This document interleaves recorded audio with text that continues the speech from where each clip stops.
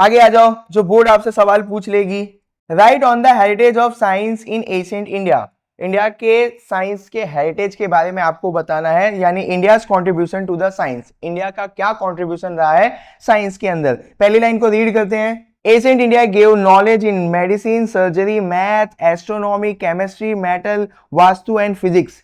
जितने भी साइंस है, सारे साइंस के अंदर इंडिया ने कंट्रीब्यूट किया हुआ है। यही लाइन मैंने यहाँ पे लिखी हुई है। अब यहाँ पे स्क्रीन पे आप देखो टोटल 15 लाइन है, बट ये 15 लाइन मैंने इतने आसानी से लिखा है कि आप एक बार मेरे साथ रीड करते जाओगे आपको समझ में आ जाएगा। यही तो खासियत है देसी एजुकेशन की।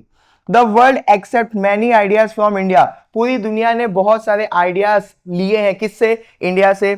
Science was often mix with the religious and tradition. India के अंदर हमारे ट्रेडिशन और रिलीजन के साथ साइंस को आगे बढ़ाया गया था। मतलब हमारे देश के अंदर धर्म, ट्रेडिशन, साथ में साइंस को आगे बढ़ाया गया था। Scholars like Aryabhatta, Chanakya and Sushruta made big discoveries. नाम याद कर लेना, ये बड़े बड़े साइंटिस्ट बोल सकते हो, प्रोफेसर्स बोल सकते हो, जिन्होंने इंडिया को साइंस में काफी आगे लेके आया है।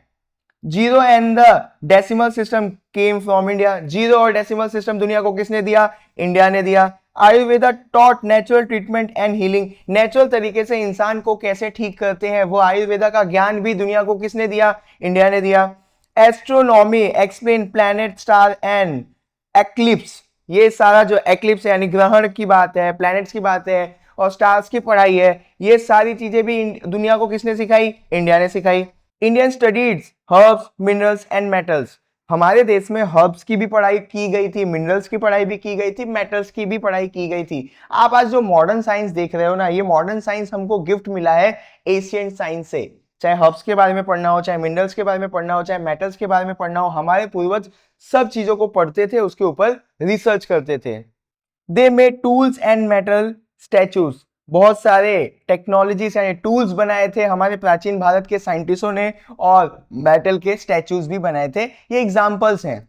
वास्तुशास्त्र taught building house, temple and towns.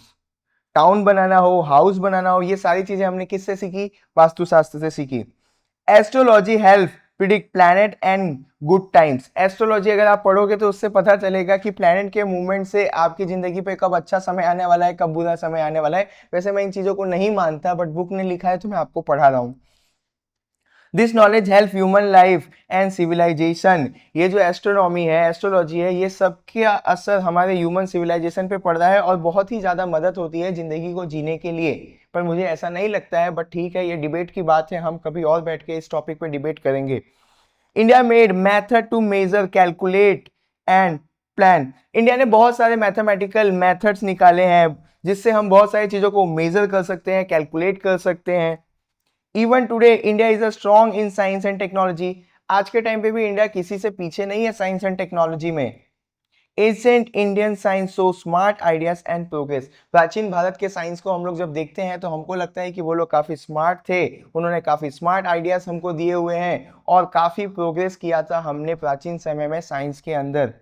तो इस चैप्टर को मैंने आपको करवा दिया है। अगर आपको किसी भी टॉपिक में कोई भी डाउट लगता है तो मुझे नीचे कमेंट करना, मैं उस टॉपिक का आसान सा तरीका लेकर आऊंगा आपके लिए, ताकि आपको समझ में आ जाए और आप बोर्ड में अच्छे मार्क्स लेकर आ सको।